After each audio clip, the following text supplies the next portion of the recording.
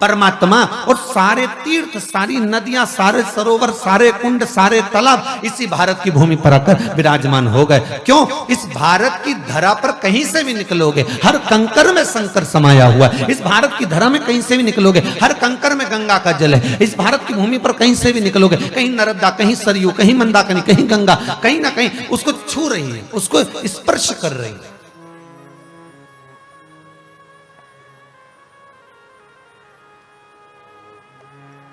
देवता भी जिस भूमि पर आकर आने के लिए तरसते हो, ऊपर जाकर मीटिंग करते हो, कौन कौन जाएगा?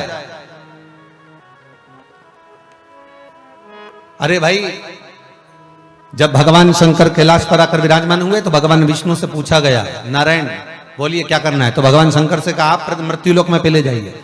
देवलोक हमारे पास, वैकुंठ लोक हमारे पास, ब्रह्मलोक हमारे पास, इंद्रलोक हमारे पास, नागलोक हमारे पास, ये लोक हमारे, तो तुम्हारे पास में मृत्युलोक, आप मृत्युलोक में जाओ। तो सारे देवताओं ने विचार करा कि हम भी मृत्युलोक में जाएंगे। तो भगवान ने कहा चलो ठीक है, अगर मैं जा रहा हूं तो सब चलो। तो 33 कोटि देवताओं ने विचार करा कि हम भी जाएंगे। अब सारे देवता इकट्ठे हो गए और जाने के लिए तैयारी करने लगे। जितने खास खास देवता थे सब बस गए मृत्युलोक में। कोई वृक्ष बन गया, कोई लता बन गई, कोई पत्र बन गया, कोई पक्षी बन गया, और बाकी के देवता बच गए। अब इन्होंने विचार करा कि अब अपन क्या करें, अब अपन क्या करें, अपन को भी जाना है। तो भगवान ने कहा एक काम करो कि रज बन जाओ। इस मृत्यु लोक में, भारत की भूमि पर जितनी भारत की भूमि है, ये भारत की जो धरा है, ये जो भारत की रज है, इसके कण कण में 33 कोटि देवता समाये हैं। इसलिए उसका जब स्पर्श होता है तो पापी से पापी मरने वाला भी स्वर्गवासी बन जाता है, वैकुंठवासी बन जाता है, गौलोकवासी बन जाता है। ये वो धरा है जहां का कंकर भी शंकर कहलाने लगता है।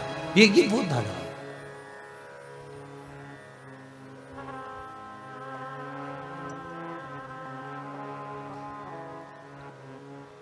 जाना तो है, भजन कर कर, स्मरण कर कर, नाम जप कर, कीर्तन कर कर, नाम स्मरण में डूब कर, जाना तो है।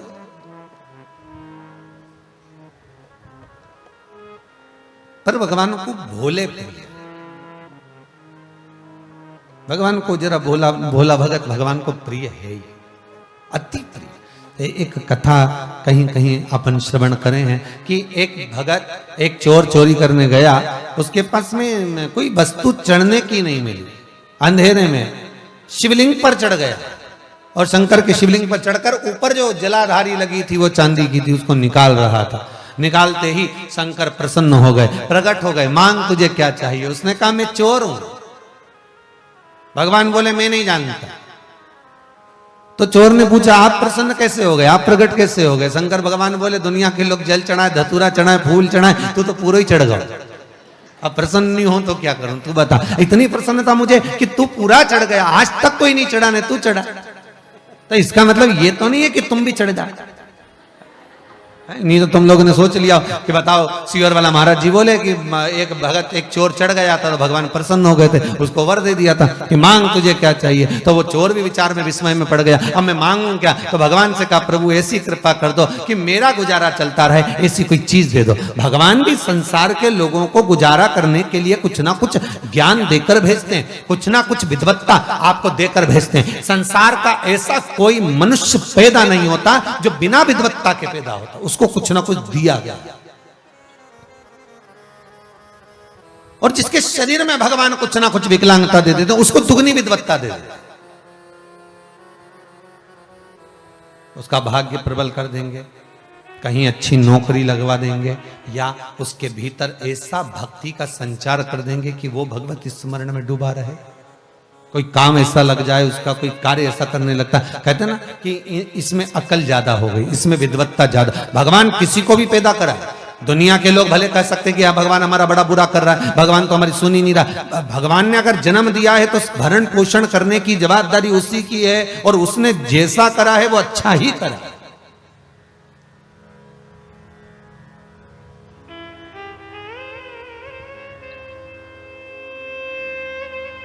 अरे वो एक कहानी बहुत पहले पढ़ी थी, आप लोगों ने भी पढ़ी होगी, आपको भी याद होगा, अगर पढ़ी होगी तो ध्यान में होगा कि एक राजा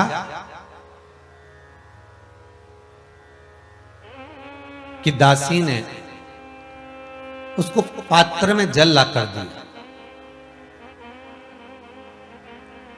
और पात्र में जब जल ला कर दिया तो पात्र की जो किन्नौर थी ना, राजा को देते समय वो किन्नौर उसके हाथ में गड़ गई और उंगली कट गई। राजा को क्रोध आया, दासी को मृत्यु दंड दिया जाए और मैं अभी मेरे बेटे की सगाई करने जा रहा हूं, आने के बाद इसको मृत्यु दंड दूंगा, आने के बाद इसको मार दूंगा।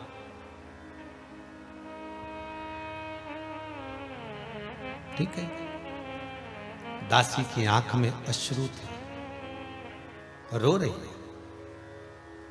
उसने महामंत्री से कहा, मंत्री जी मैंने कोई दोष नहीं करा, राजा ने हाथ में कलश झेला, उंगली कट गई, अब उसमें मेरा क्या दोष है, आप बताइए। महामंत्री ने कहा आपका तो कोई दोष है ही नहीं, आपका कोई दोष नहीं।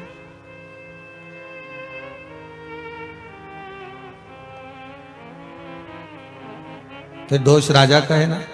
महामंत्री जी ने कहा राजा का भी दोष नहीं, दोष तो पात्र का है जिसमें इतनी किन्नौर थी। राजभवन में पात्र होना ही नहीं चाहिए जिसमें इतनी किन्नौर है, जिससे उसके उंगली कट गई, हाथ कट गया, ऐसे किन्नौर वाला पात्र रखना ही नहीं था।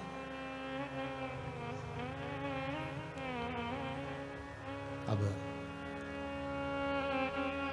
महामंत्री ने एक दिन राजा से कहा, महाराज जी कोई बात नहीं, उंगली कट भी गई ना तो कोई टेंशन मत लीजिए, कहीं ना कहीं भगवान कुछ अच्छा ही सोचा होगा, भगवान ने कुछ अच्छा सोचा। हमने बहुत पहले कहानी सुनी थी, आज आपके सम्मुख में आई है तो कह रहे भगवान ने कुछ अच्छा ही सोचा होगा। राजा घोड़े पर सवार रथ में बैठकर लड़के की सगाई करने चला, संबंध पक्का करने चला।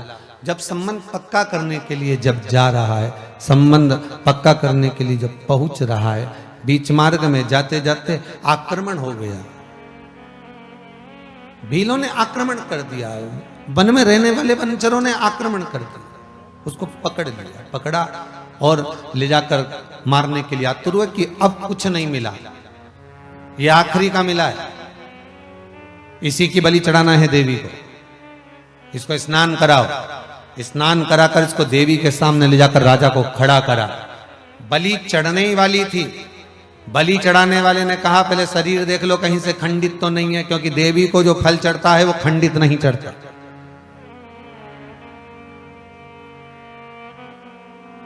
इसको खड़ा करा तो इसका शरीर देखा तो उंगली कटी हुई थी। हुजूर सरकार, इसकी तो उंगली कटी है, इसकी बलि नहीं चढ़ सकती, छोड़ दो इसको। उसको छोड़ दिया। राजा अपने नगर में पहुंचा तो दासी को तो छोड़ दिया, महामंत्री से कहा तूने कहा था भगवान जो करता है सब अच्छा करता है, अगर उंगली भी कटी है, परमात्मा जो कर रहा है सब अच्छा कर रहा है, अगर उंगली भी कटी है तो उसमें कुछ ना कुछ हमारा अच्छा हुआ होगा, परमात्मा ने कुछ सोचा होगा।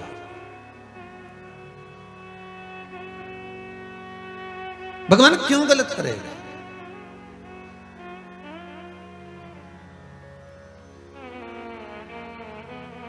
परमात्मा कभी किसी का अहित नहीं करता, हमारे कर्म। फिर वही बात आ गई, ईश्वर आपको माफ कर सकता है पर कर्म माफ नहीं करेगा।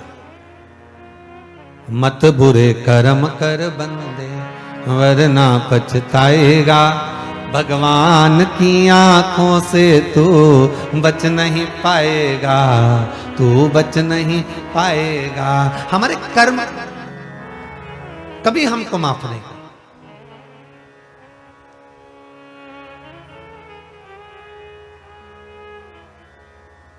स्वभाव रखेंगे, जितना निर्मल भाव आप रखेंगे, भगवान को मिलने में देरी नहीं। आज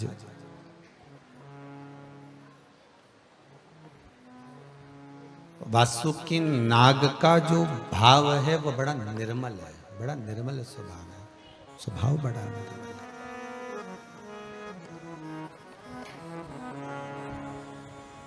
है। जब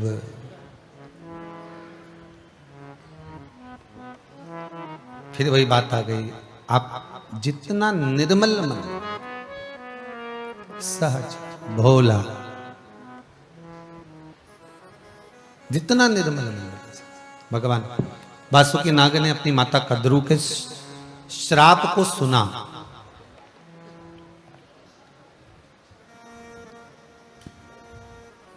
बड़ा दुख हुआ सुनकर। श्राप क्या लगा था? श्राप क्या लगा? श्राप एक लगा। कद्रू ने एक बार अपने पुत्रों से कहा कि जितने भी मेरे ये पुत्र हैं, 1000 मेरे ये बच्चे सर्प की योनि में जो हैं, इनसे मैं इतना चाहती हूं कि बीनता से मेरा द्वेष उत्पन्न हुआ। बीनता से मेरा द्वेष उत्पन्न हुआ। बीनता के 2 बच्चे और कद्रू के 1000।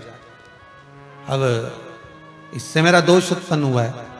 और विवाद एक बात पर हुआ है कि सूर्य नारायण भगवान के जो घोड़े हैं,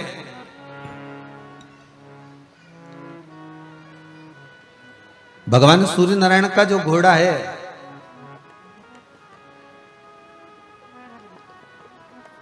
उस घोड़े की जो पूंछ है, बीनता कर रही है कि पूरा घोड़ा सफेद है, और मेरे मुख से निकल गया कि घोड़ा काला है।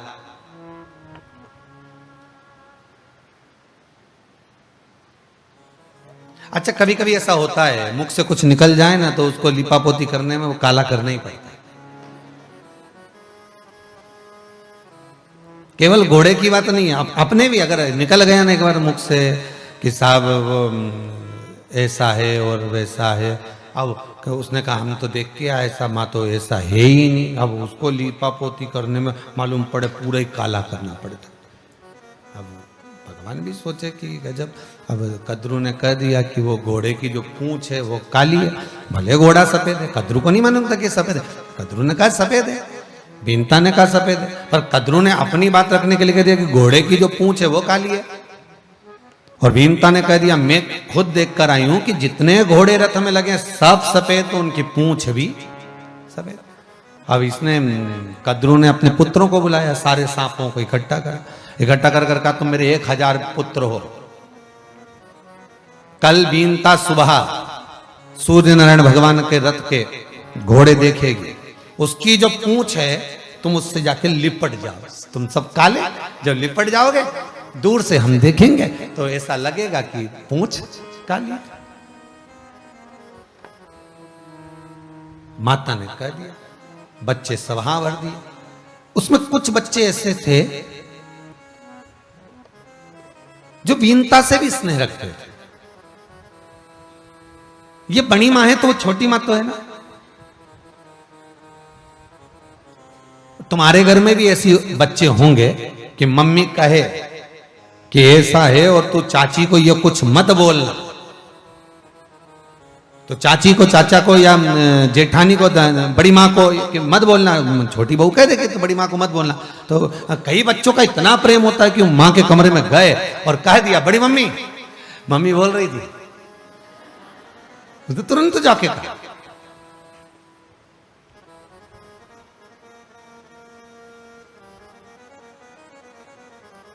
अब कितना समझाया आपने, कितना कहा आपने, और उसके बाद भी वो पहुंचा। और उसका प्रेम इतना है, तो कई बच्चों का प्रेम बीनता से था, भले वो मां नहीं हो, पर है तो छोटी मां बड़ी मां का अंतर तो वही है। और एक ही पिता की बेटियां तो मासी भी लगे। अब प्रेम भी जुड़ा हुआ है, स्नेह भी जुड़ा हुआ, वात्सल्यता भी जुड़ी, करुणा भी जुड़ी हुई। अब बोले तो क्या बोले, तो मन में आया कि अब मैं, इतने में पुत्रों ने कह दिया, कुछ पुत्रों ने कहा मां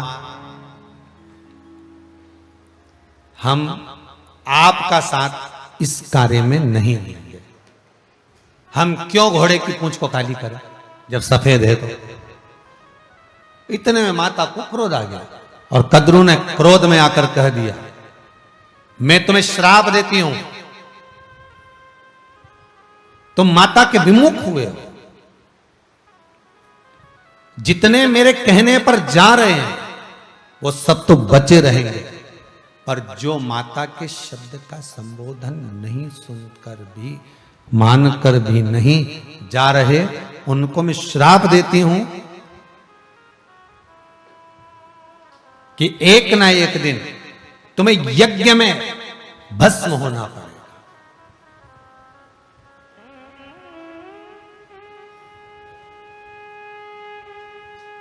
और याद कर लो वो नागदा, यही उनेल नागदा याद कर लो कि जन्मेजय जब यज्ञ करे अपने पिता को जब तक्षक नाग डस कर चले गया और जब यज्ञ प्रारंभ हुआ और जब यज्ञ प्रारंभ हुआ और उस यज्ञ में जब आहुतियां छूटना प्रारंभ हुई, जब आहुतियां छूटना प्रारंभ हुई उस यज्ञ के भीतर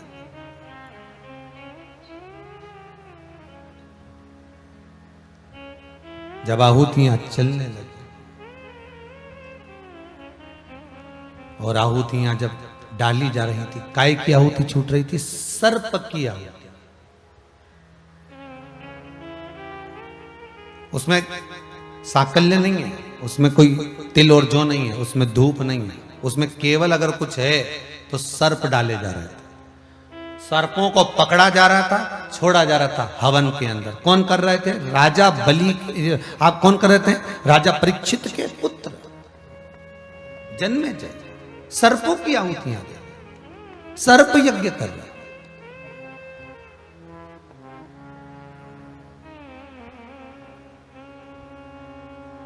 और पुत्र स्वाहा होते चले जाते। तो आज वासुकी नाग को ये दुख हुआ, शिव के गले में पड़ने वाला वो वासुकी नाग को आज दुख इस बात का हो रहा है कि ये गलती मेरी माता से हो गई कि माता ने श्राप दे दिया।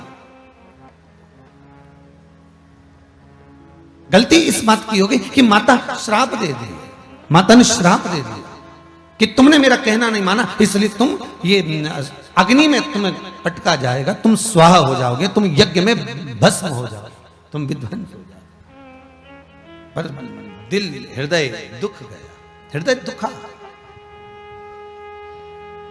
नैनों से अश्रु बह रहा है, नैनों से जल बह रहा है, आंखों से आंसू निकल रहे हैं। और वासुकी नाग कोई श्रेष्ठ नहीं लगा। और हुआ क्या था? वही पूंछ को सूर्य नारायण भगवान की पूंछ से जाकर जो जो सांप लिपट गए थे, पूंछ काली हो गई थी। बीनता ने कहा देखो, कद्रू बोली देखो, सूर्य नारायण भगवान के घोड़े की पूंछ सफेद है कि काली। अब वो जो सफेद पूंछ थी वो तो काली दिखने लगी। तुरंत अभी बड़ा दुख हुआ बीनता को कि मैं कल देख के आई थी तो घोड़े तो सफेद थे और पूंछ भी सफेद थी, पर ये रात में क्या हो गया, घोड़ा बदल दिया, तो पूंछ काली कैसे हो गई? तो बीनता को तो नहीं मालूम पड़ा। तो कहा अब तुम्हें मेरी दासी बनना पड़ेगी, शर्त ये लगी है कि तुम्हें मेरी दासी बनना पड़ेगी, तुम मेरी दासी बन जाओ। और बीनता दासी बन गई।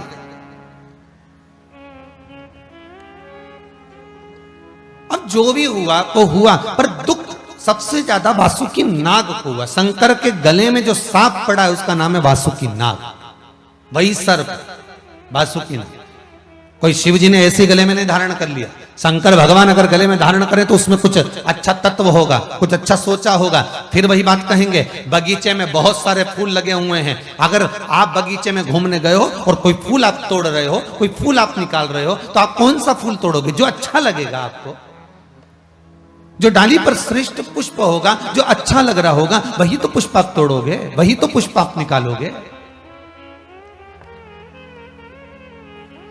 जो तुम्हें अच्छा लग रहा है वो पुष्प। तो शंकर भगवान भी अगर डमरू को रखे तो उसमें कुछ अच्छा होगा, अगर त्रिशूल को रखे तो उसमें कुछ अच्छा होगा, वासुकी नाग को रखे तो कुछ अच्छा होगा। विचार करिएगा। एक कामन विवाह भगवान शंकर ने प्रथम में करे। उमा, कात्यायनी, कुष्मांडा, चंद्रघंटा, स्कंदा, सती, गौरी, महागौरी, ये जो माता के रूप बदल बदल के आए हैं, तो आखिरी में जो रूप टिका, आखिरी में जो स्वरूप माता पार्वती का जो रहा वो अभी तक रहा, फिर कोई रूप नहीं बदला है, एक रूप रह गए। उसका कारण क्या था? कुछ ना कुछ भगवान जो अपने पास में रखे उसमें कुछ श्रेष्ठता होगी। शंकर को क्या जरूरत थी कि उमा को छोड़ा, सती भस्म हो गई और माता पार्वती से विवाह हुआ। पार्वती को क्यों रखा? क्योंकि सती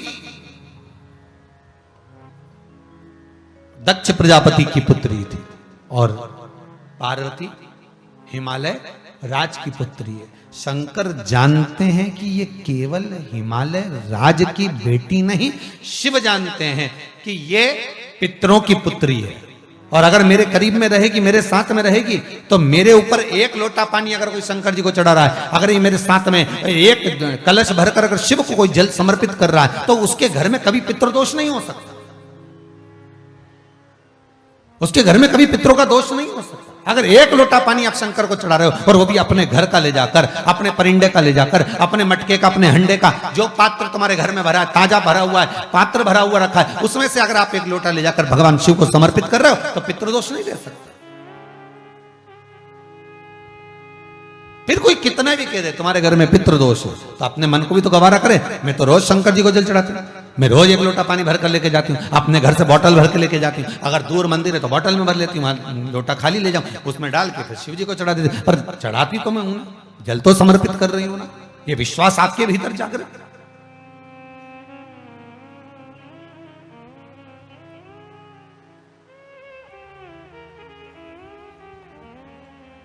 शिव जी ने डमरू रखा, उसमें भी कारण है। शंकर अगर कैलाश पर रहे हैं, उसमें भी कारण, अगर मृगशाला पहन रहे हैं, उसमें भी कारण है, रुद्राक्ष की माला पहन रहे हैं, उसमें भी कारण है, बेलपत्र धारण कर रहे हैं, उसमें भी कारण, धतूरा भी पहन रहे हैं, उसमें भी कारण है, 3 नेत्र हैं, उसमें भी कारण है, त्रिपुंड धारण कर रहे हैं, उसमें भी कारण है।